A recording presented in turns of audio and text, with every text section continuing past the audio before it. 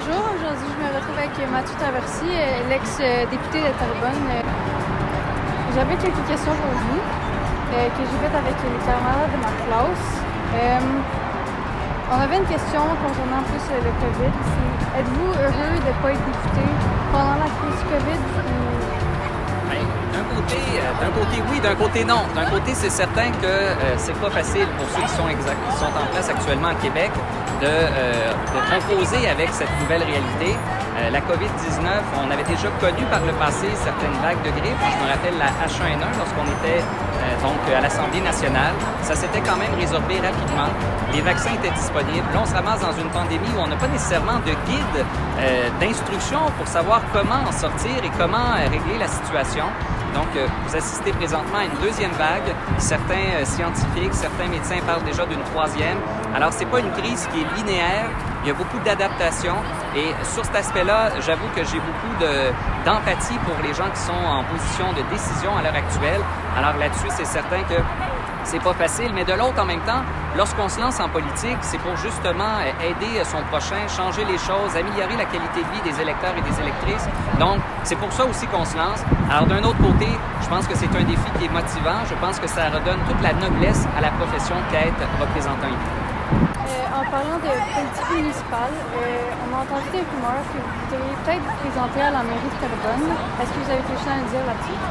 Pour l'instant, je suis consultant politique, mais ce que j'entends sur le terrain, c'est que les gens ont beaucoup d'espoir à ce qu'un jour, je puisse peut-être changer de carrière. Alors, si jamais je décide de le faire, la première chose que je vais demander, c'est à Marc de reprendre contact avec vous, mademoiselle, pour vous donner un scoop à cet effet. Quand vous avez parlé dans la question précédente de beaucoup l'écologie à Terrebonne, le projet ici de faire les classes à l'extérieur, plus écologique et verte, comment vous trouvez ça? Moi, je trouve ça inspirant. Je pense qu'une initiative comme celle-ci à Armand-Corbeil devrait se multiplier sur le territoire terrebonnien. Je pense que d'autres établissements scolaires rêveraient d'avoir un partenariat comme celui que vous avez développé. Et ce que j'aime, c'est que souvent, on parle beaucoup d'environnement. On parle beaucoup de plantation d'arbres ou de différents objectifs. Je sais que Justin Trudeau a promis des milliards d'arbres dans les prochaines années. Moi, ce que je trouve beau avec votre projet, c'est que c'est du concret. On n'est pas dans une guerre de chiffres, on n'est pas dans une enflure verbale, on est dans l'action et ça donne des résultats. Les gens peuvent le voir, les gens peuvent en ressentir les bénéfices pour à la fois, évidemment, les étudiants de l'école Armand-Corbeil, mais aussi pour les citoyens qui utilisent le parc école après les heures de classe. Donc, moi, c'est le genre de projet que je veux voir se multiplier ici. Si vous vous présentez comme maire, comment voulez-vous aider les jeunes de Terrebonne, ceux dans les écoles? J'en parlais justement avec votre conseiller Robert Morin, qui est le conseiller du quartier. Donc, c'est certain que la Ville peut participer à une aide financière, peut essayer aussi de fournir certaines fournitures pour des initiatives de jeunes élèves comme vous qui veulent reverdir, revaloriser, revitaliser les espaces qui sont les vôtres au niveau de la commission scolaire. Alors, je pense que la Ville peut être un bon partenaire. Je me rappelle à l'époque, lorsque j'étais député, j'avais réussi à trouver des sommes intéressantes au ministère de l'Environnement, mais c'est la Ville qui était le plus gros partenaire, donc avec votre comité parents, étudiants et enseignants. Alors là-dessus, je pense qu'elle pourrait en faire plus. Peut-être que pour le compost, pour d'autres matières que vous avez besoin, la Ville peut être aussi un allié. Est-ce que vous trouvez ça dommage qu'en ce moment, à cause de la crise du COVID, on doit rester dans nos classes, qu'on ne peut pas aller dans les cafétérias tout le temps, qu'on n'a plus vraiment accès au compost vu qu'il était seulement localisé dans les cafétérias? Bien, effectivement. Et là, peut-être qu'on peut jouer d'ingéniosité pour voir de quelle manière ça peut se poursuivre. Je comprends, quand on parlait tantôt de la COVID, toute l'adaptation que ça occasionne, est-ce qu'il y a des nouvelles habitudes qu'on pourrait trouver à l'intérieur de nos écoles? Il faudrait que nos enseignants, nos élèves et nos parents, là, la direction se penche là-dessus, mais c'est sûr que il ne faudrait pas arrêter cet élan de développer des bonnes habitudes qu'on a commencé depuis plusieurs années à cause de la COVID. Il faudrait essayer de trouver donc des solutions alternatives. Donc, je suis très positif, j'espère qu'on va en trouver, mais évidemment, ça me déçoit que pour le moment, là, on ne puisse pas continuer. Alors, peut-être que certaines idées émergeront au fil des prochaines semaines. Madame Aurélie, si vous en avez, c'est la bienvenue.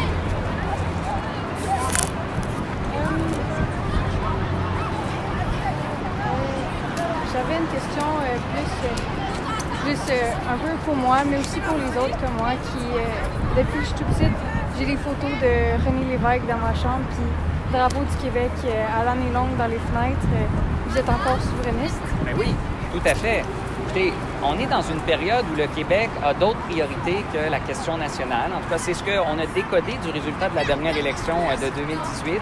Les Québécois ont décidé de faire confiance à un gouvernement qui croit à un Québec fort dans un Canada uni.